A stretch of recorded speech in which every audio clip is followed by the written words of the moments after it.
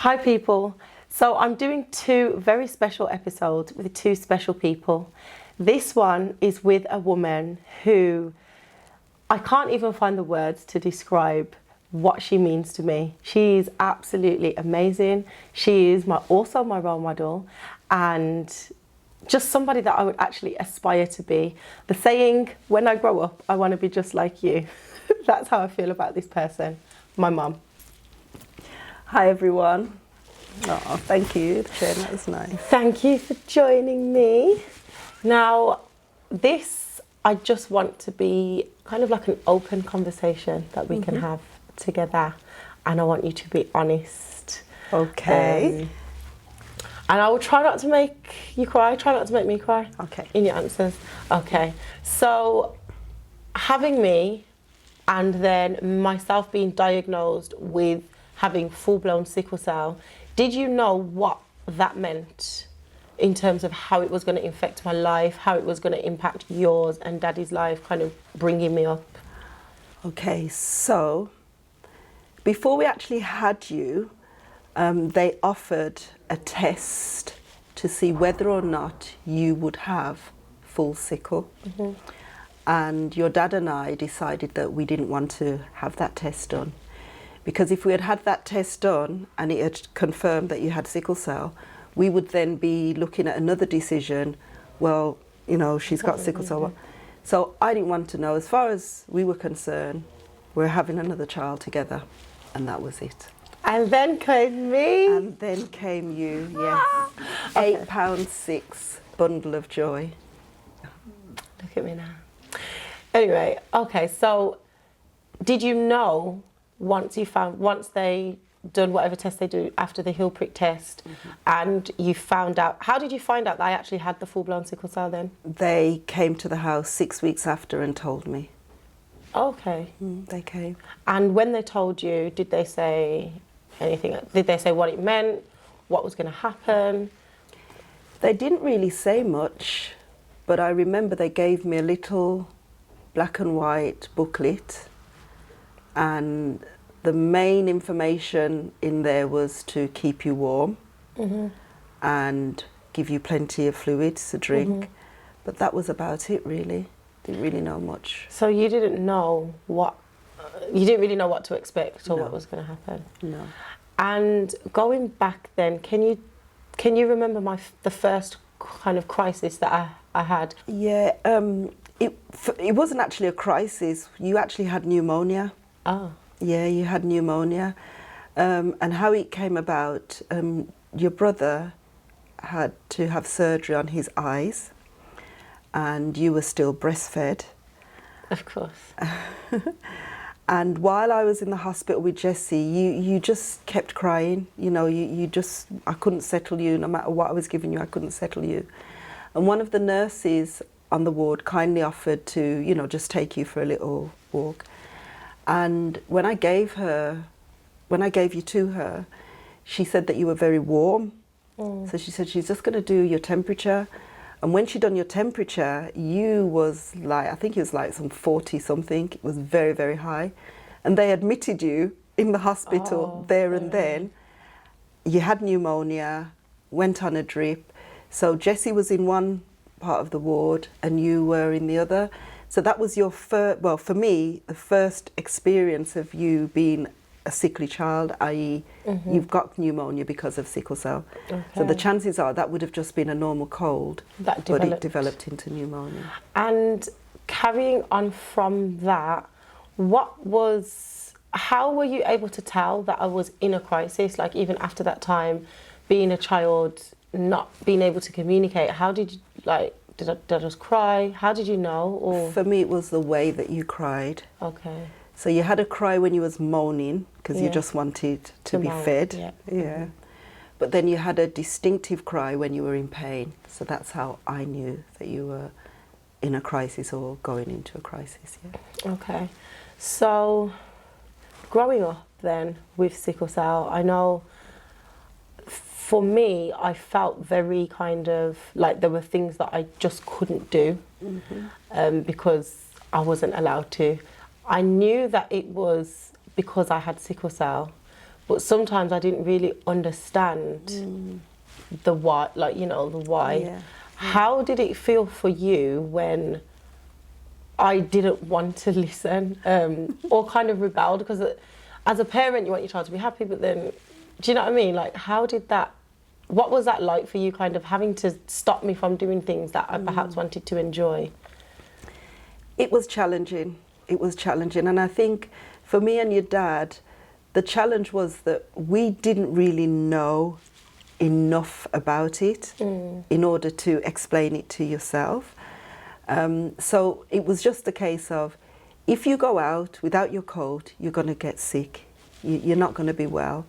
So you need to keep yourself warm. And in actual fact, when you were younger, you were really good at keeping yourself warm. That's because you would have dressed me down. I would have dressed you, but you would have probably said, oh, and I need to put my hat on, Mum, and I need my gloves, and I need my coat. But then as you were getting older, and you know, you were with your friends and that, you didn't want to wear your hat, or you wouldn't want to put this on, or, you know. So that's when it became more challenging. Okay. Do you ever feel like you want to, you know, there's like those I told you so moments, and, you know, like, because on one hand, you know what's caused it, but on the other hand, I'm in a lot of pain, and yeah, you know what? It must be so contradicting.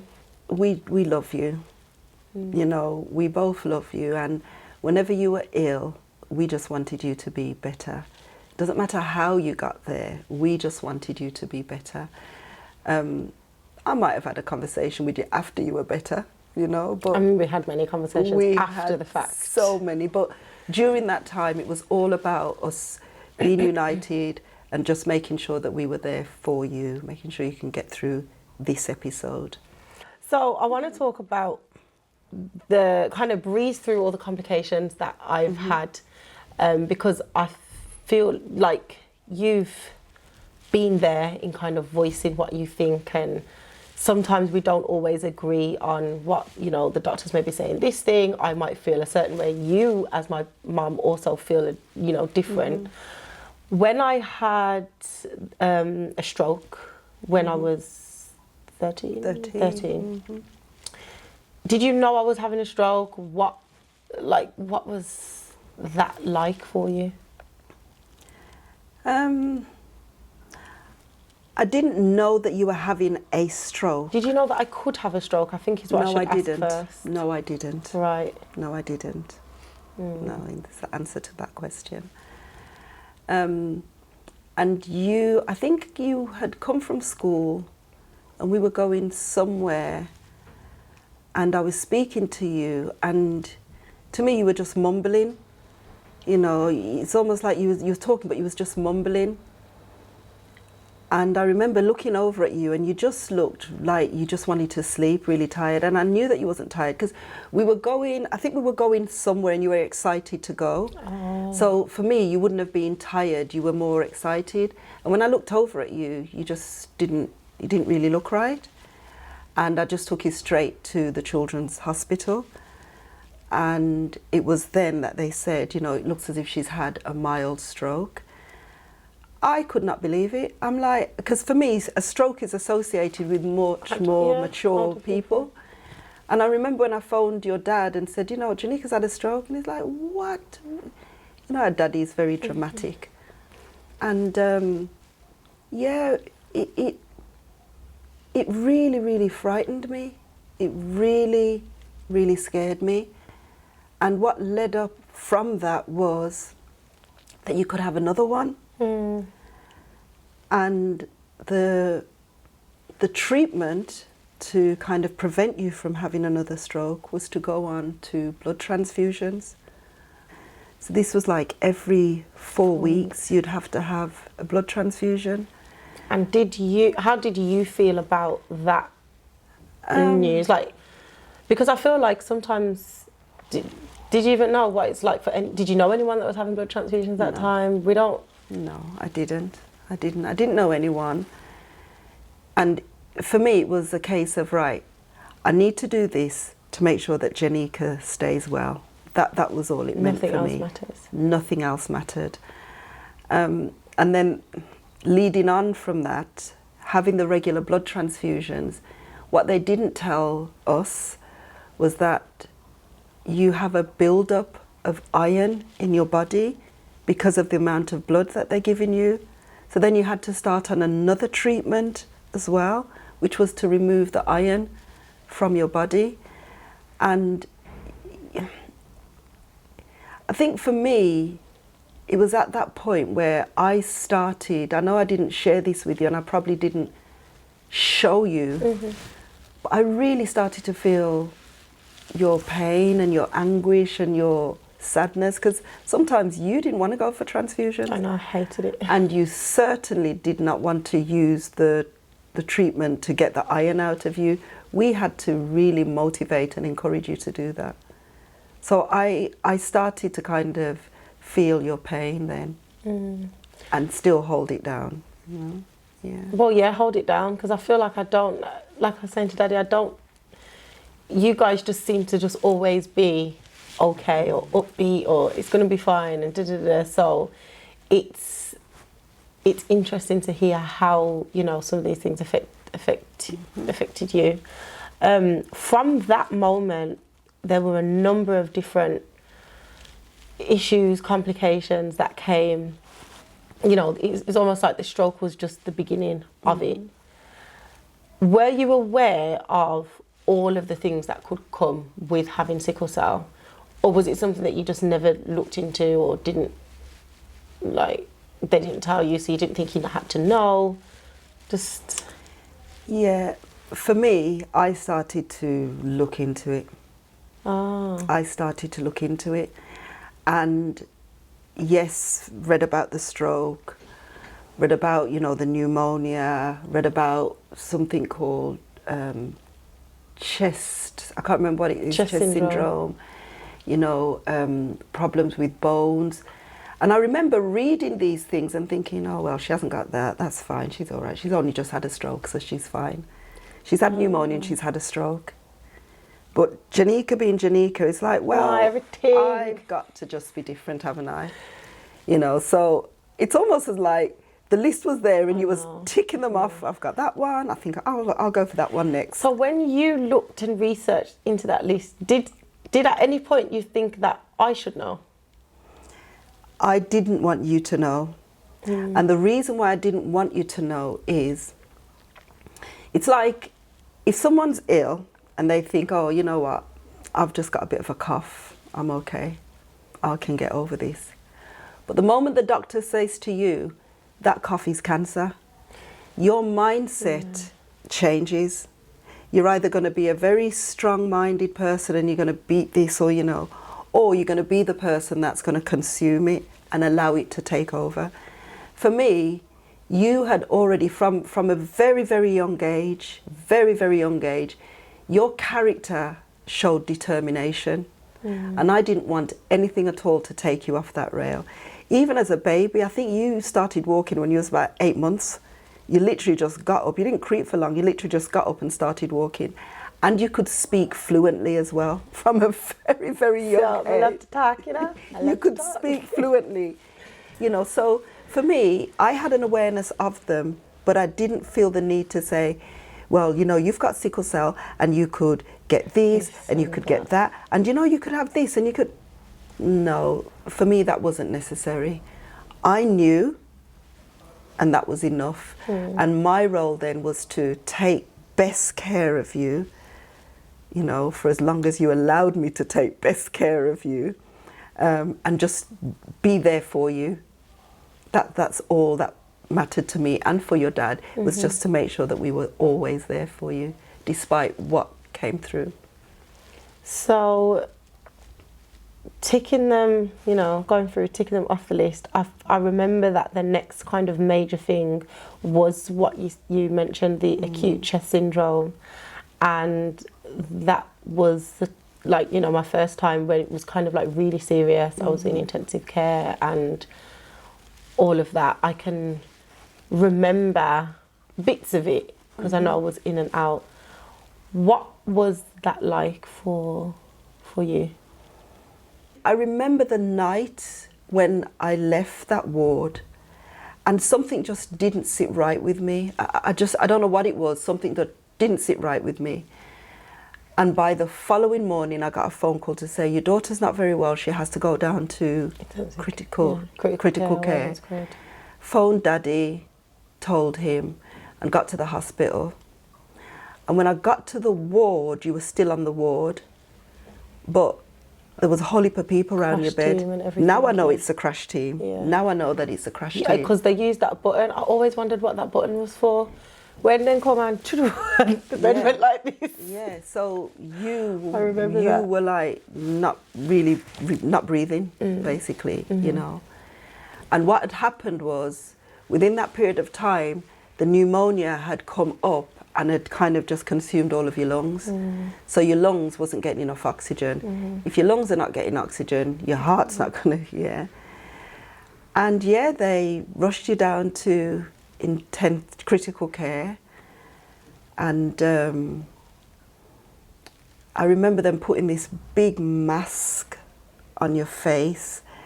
And they were saying that, you know, they're just trying to push as much oxygen as they can into you.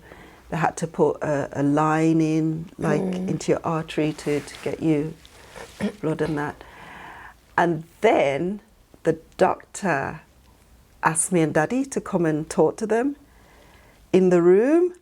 In the room. And I have to say in the room, because I remember going in the room with Daddy and thinking, oh, okay.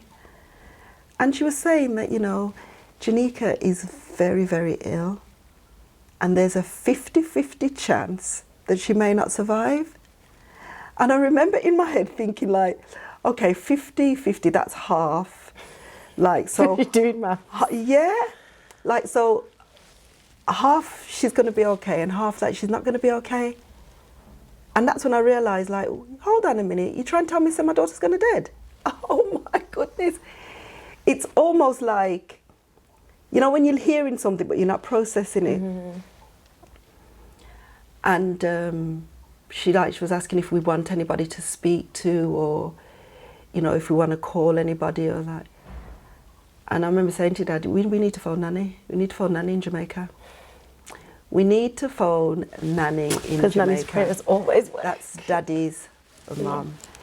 She's a spiritual woman and prayer is everything. And I remember us phoning her. I can't remember if it was your dad that phoned or if it was myself. I can't remember, but we phoned her. And it would have been like about 3-4 o'clock in the morning when we phoned her.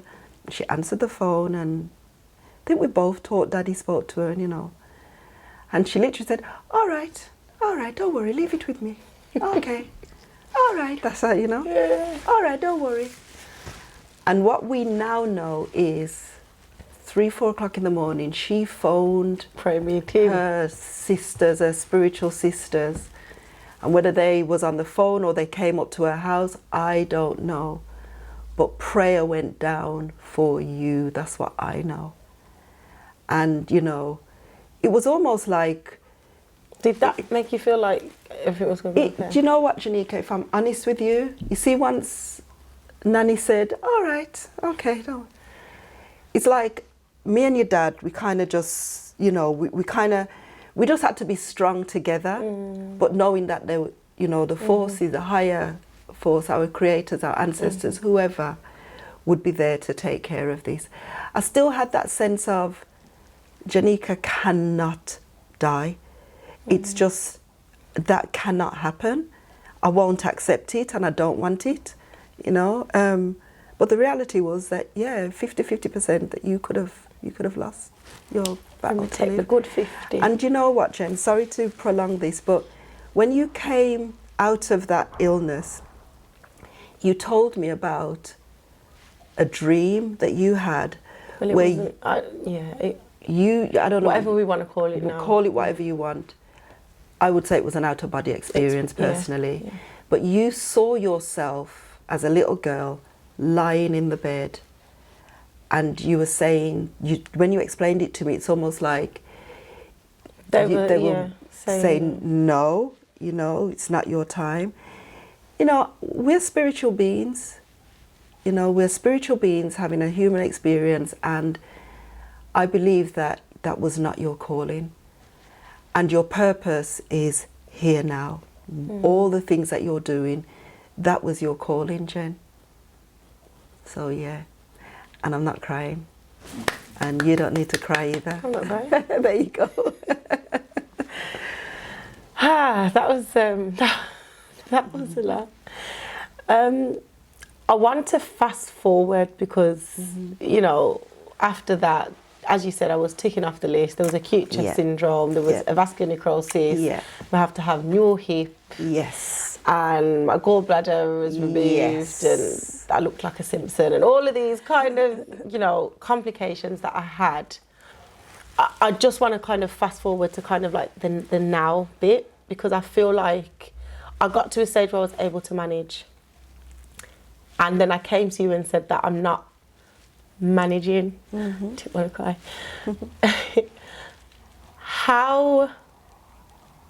What is it like?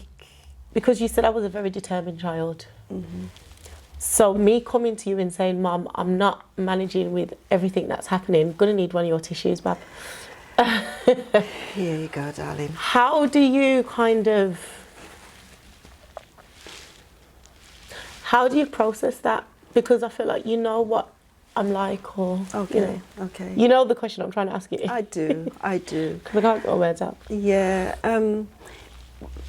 I know you want to fast forward, but I think it's important to emphasize the journey. You know, like you said, you've mentioned your vascular necrosis, you've mentioned your gallbladder. What you missed out, which was very, very significant, is your blood clots that you had. Oh yeah, them. So There many. you go, you see, you forgot that one. You'd actually pick that one off the list as well. And that one, for me, was the one that kind of, if I use the expression tip you over the edge, because it's not really, you know, you're not tipped over the edge. You just climb and climb and climb and climb as high as you can. But that illness, having the blood clots, was very, very, very significant. One, because you didn't know you had it. I didn't know that that was a part of the sickle cell, because whatever I read about it, that one was not there, okay? And two, you used to catch an aeroplane like you was catching taxi, like you was catching bus, like you was just, you know, popping here. You used to fly out regular, Janika, and that then was a kind of a big blow to you. You know, remember you used to fly out and do your fashion shows, you used to fly out on holidays. It was a big, big part of your life. So that, on top of everything else. Just thinking about that, because I did skip that part out, but if I think about going through all of that, and then obviously my other hip and everything like that, see, it's so good. This is like therapy. Can you, as my mother, see that that was kind of the beginning of me not being able to kind of manage with what was happening? Yes, yes, it was. And also the realization that I couldn't, as much as me and Daddy loved you and were there for you and would do anything for you, recognizing that, do you know what, Jen needs more professional help. My love and Daddy's love alone is not going to see her through. She needs the food. And the food, yeah, Daddy's food, yeah. She needs some intervention, you know, and if I can just digress just a little bit. Oh yeah, man. Do you mind? You're wearing blue, basically. Yeah. This is something that I really feel that the medical profession dealing with sickle cell should take note of. It's all right providing the individual with all the medication, all the treatment plans, you know, the blood transfusions, the tablets that they need to take on a regular basis. But what you should also think about is the well-being, the psychological and emotional well-being of the patient, because that is actually what is going to help them to recover, live a fulfilled life, even just come to terms with their illness. And that was the pivotal point for me, that you've gone through all of these sicknesses, you've taken all of the different medication, all of the pain relief, but you know what? This journey is hard. And sometimes outside help, whether it be of therapy or well-being clinics, that's so important. And our conversations where, Jen, you might need to go and speak to someone, you might need a bit of counselling.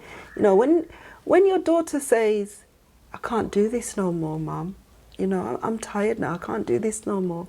It's heartbreaking.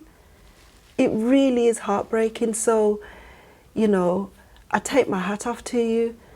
You looked at what was needed, you went out there, you found it, and you know, yeah, you're here. You're here, and I know that it works because you talk about things to me that I didn't even think you would be able to express how you're feeling. And tears is fine. There's nothing wrong with tears. You know, it's all a part of our emotions, so yeah. Sorry, did I answer your question? Did I come back and answer your question? I don't even know, but it's good stuff. It's good stuff. I want to kind of just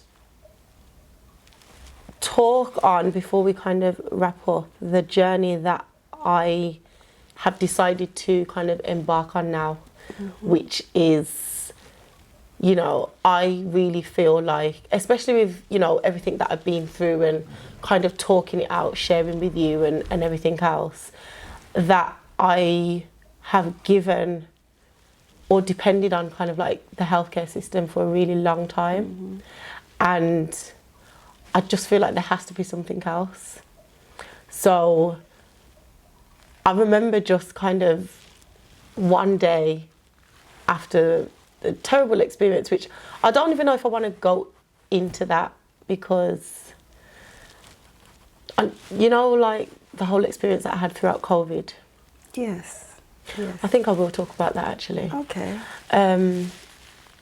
The experience that I had during COVID of having surgery, not being able to have the aftercare from the surgery because, of course, we went into a pandemic, and then becoming sick off the back of that and being admitted into hospital during a pandemic where you couldn't be there, Daddy couldn't be there, no one could visit me.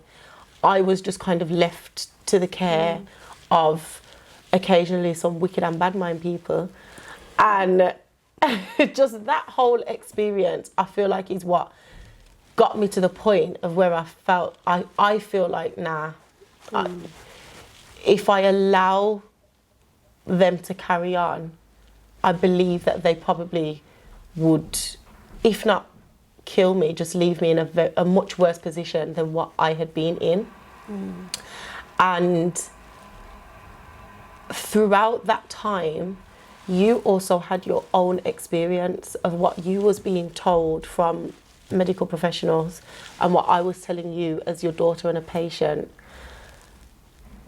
How did that experience, what was that experience like for you?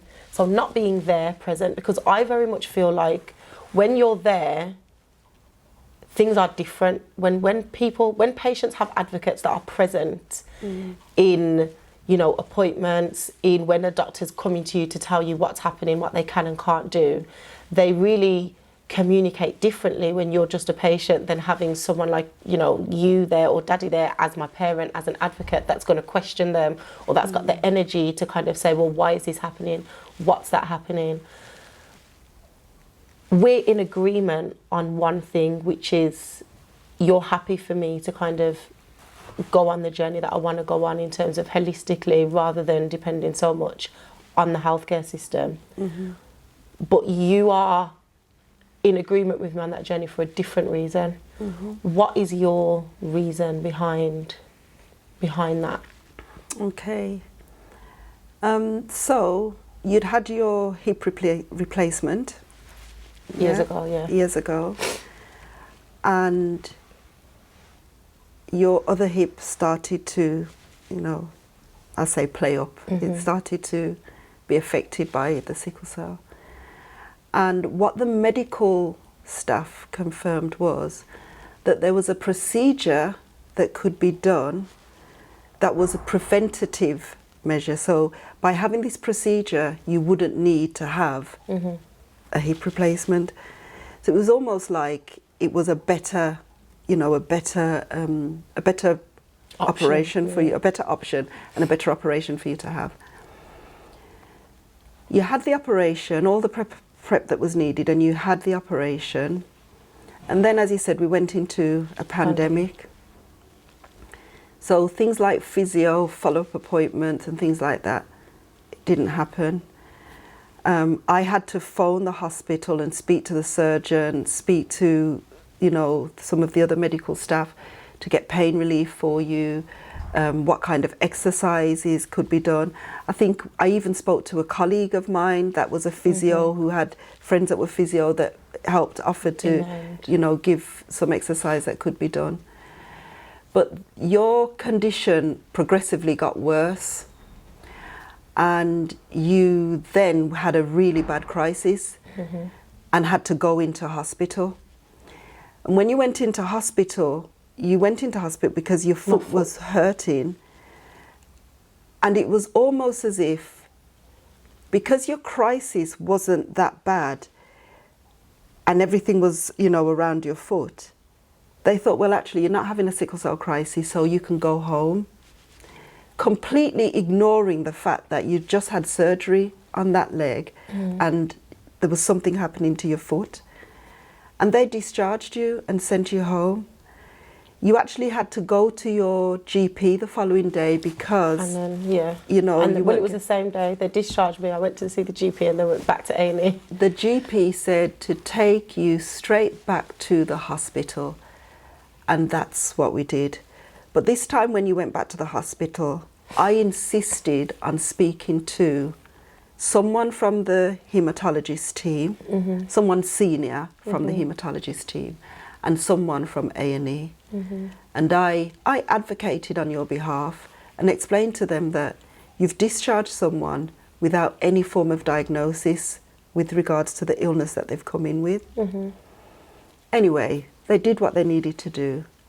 And lo and behold, they found another condition that's linked to sickle cell that can occur when certain types of surgery has taken place. And me kind of into my own, looking into things, checking things out for myself, I researched the surgery that you had, and that particular type of surgery is not recommended for people who have sickle cell. But it is a regular surgery that they offer to sickle cell patients? It is a surgery that they offer to sickle cell patients, but it's not recommended. And I didn't just take that from reading. I actually phoned Atlanta, I phoned Georgia, I phoned Atlanta, I phoned Chicago and spoke to the sickle cell centres there, explained the surgery, and two of them said the same thing. They wouldn't recommend that type of surgery for someone with sickle cell because of the blood flow being compromised. If it's compromised there, it will actually be compromised lower down. And at the bottom of your feet, you've got something called the venous return. It's where the blood comes back up. So it wasn't coming back up. And the long-term prognosis is that that leg would have to be amputated. So for me, I'm sorry, but I was vexed.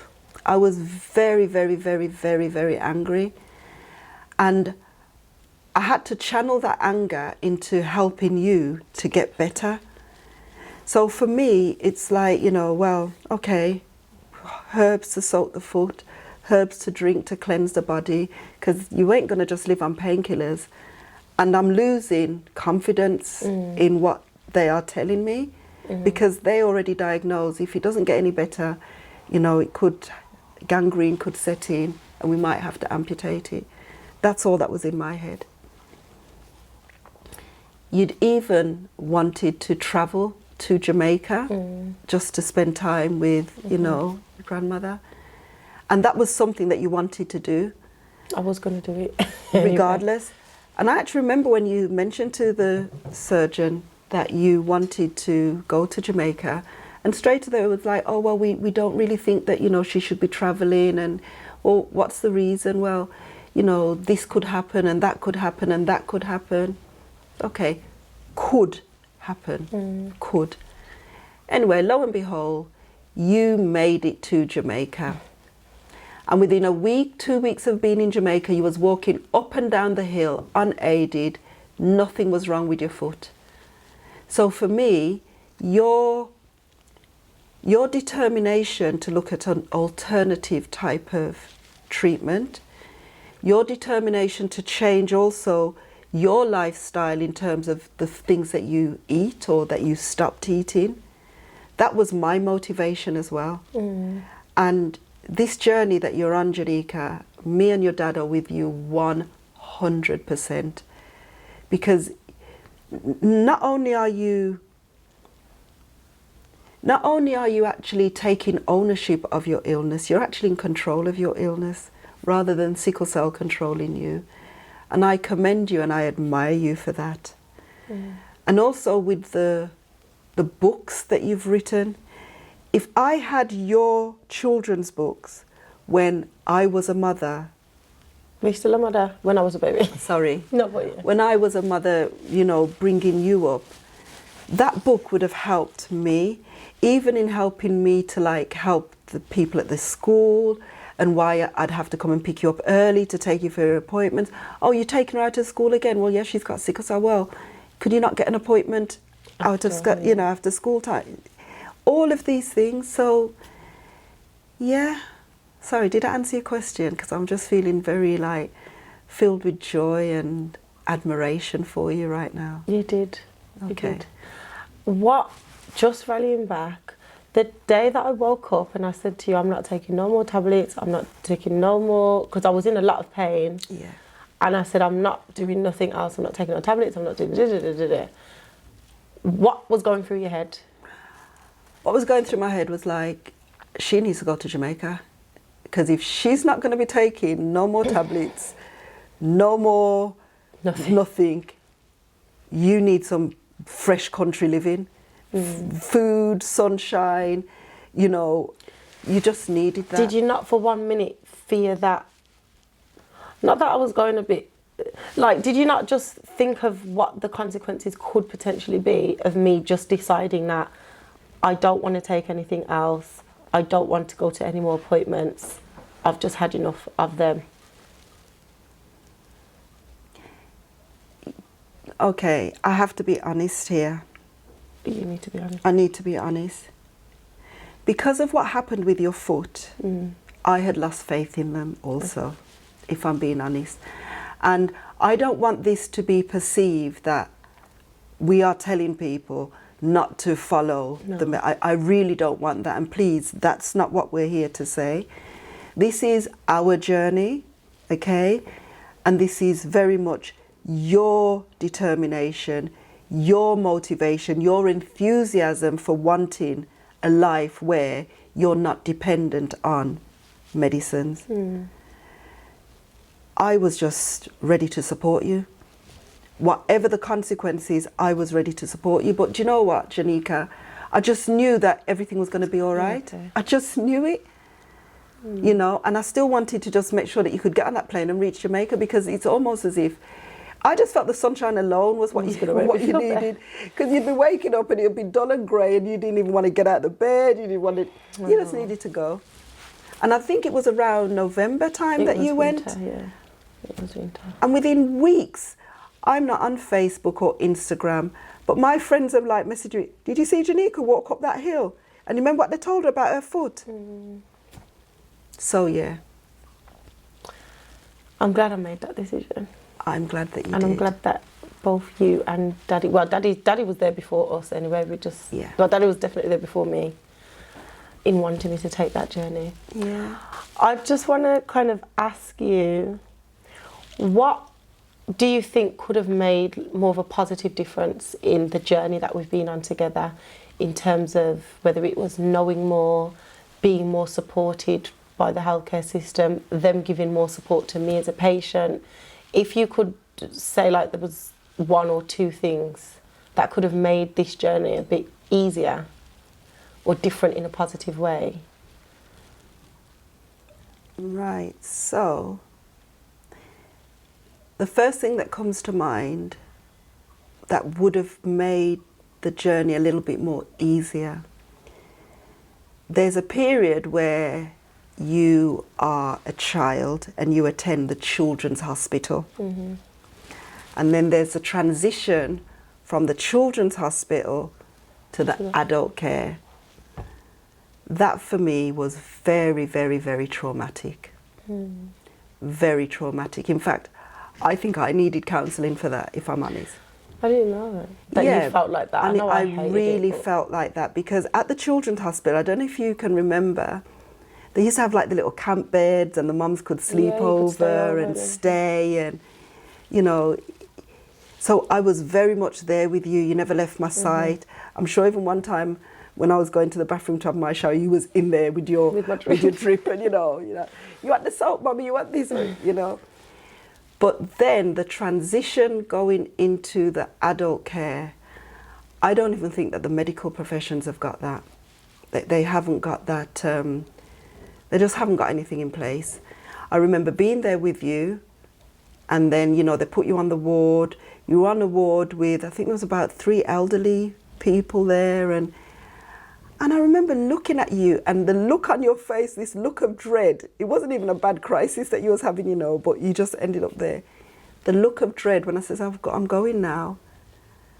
I cried all the way home. I think I cried myself to sleep. I cried as soon as I woke up. I just cried. Honestly, and I remember kind of phoning and saying, I forgot to bring her pyjamas, so is it okay if I just come and oh yeah, you can pop in, your pyjamas are there, you know, but I just wanted to be there. That, I found that very, very difficult. And if it's one thing that they could do, it's looking at that transition, you know. That's good. Yeah. Because I feel like, I know for me it was difficult, and it's easy for patients to say, oh, you know, you don't want to be on a ward with old people and whatever. I can remember like being in that ward, the amount of people that I've, you know, you see them, they just die. I know.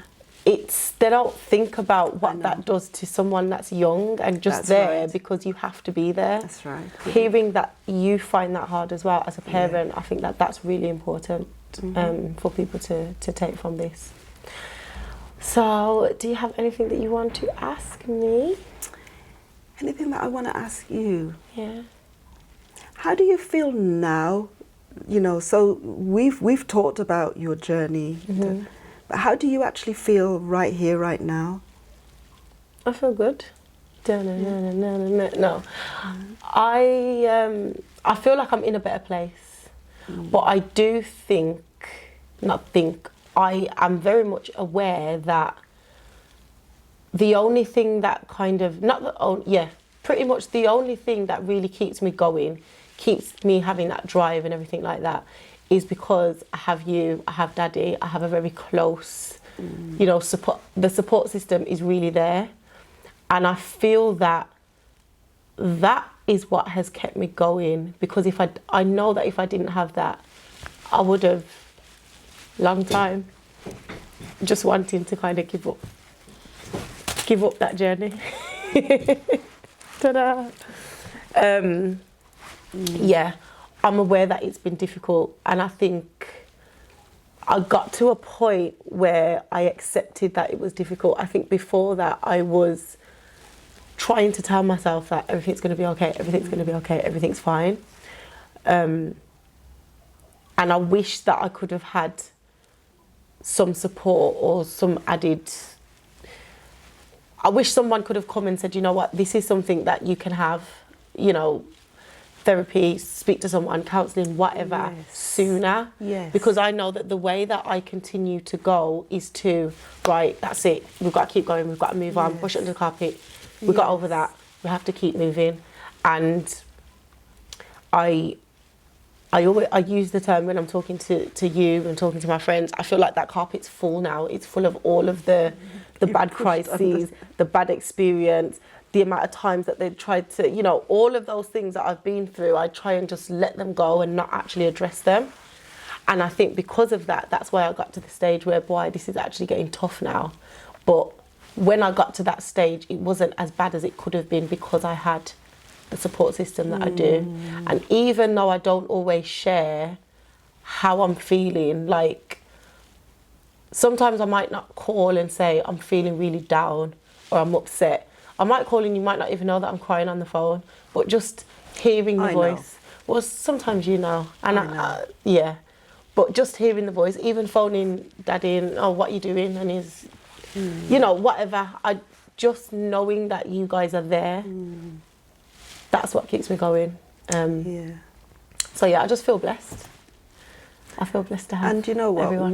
We are blessed to have you. Because I'm going to say this, and I'm sure I'm speaking on behalf of your dad as well. Having you and Jessie, we've had to be very, very patient parents. You know, your brother with his challenges, yourself, you know, growing up. We wouldn't change you or your brother for the world. You know, we're honoured that we were chosen, because, you know, you choose. We're honoured that you chose us to be your parents. And that is our role, to continue to be your parent. Even when you turn 30, 40, 50, 60, 70, we're still there to support you, to guide you, to love you. No matter what you're going through, we're always there for you. And we are so proud of what you're doing, Janika. You've taken your condition and you've turned it into a positive, not just for yourself, but for many, many, many other people around the world. And me and your dad, listen, we're just in awe of you. We really are. So thank you for allowing us to be your parents. Thank you. Yeah. Thank you for joining Well me. done. Well done. Thanks. Can I get them all on camera? To do like a group of call. Come on, Daddy, walk to me.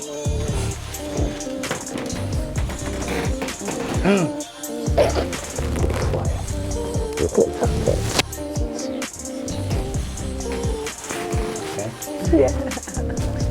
That's it. Yeah. That's a wrap.